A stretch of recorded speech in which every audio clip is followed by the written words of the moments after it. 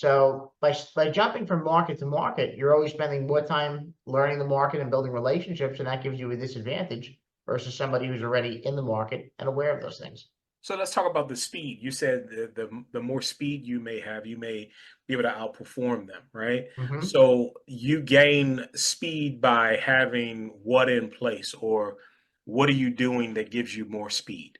Yeah, great question. So by looking at more deals in the same market, you start to become familiar with what's typical in that market. So you become familiar with what you can actually charge for rent. You become familiar with what things cost. One of the biggest things that I always find I always take exception with when I hear people say it is how you want to shoot for that 50% operating expense ratio. And I think that sounds great if you want to give a real simple instruction, but I don't think it's always practical. And the reality is things are going to vary from market to market. And a lot of times I think a better metric to focus on is the per unit expense number. The challenge with that is when you teach somebody, it's not so easy to teach because it varies from market to market. So that's where it helps having that expertise and letting you know what something is actually going to cost so you can factor it into the underwriting and be faster with it.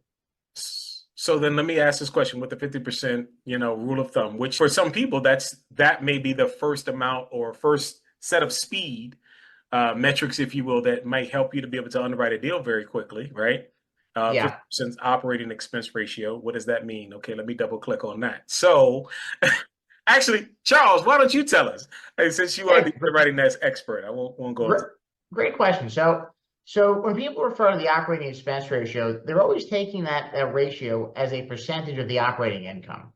So let's just use simple numbers. So let's say, you have $10 of income and people are telling you that, okay, you should be spending 50% of that on your expenses. So then the assumption is that out of that $10 of income, five of it's going to be expenses.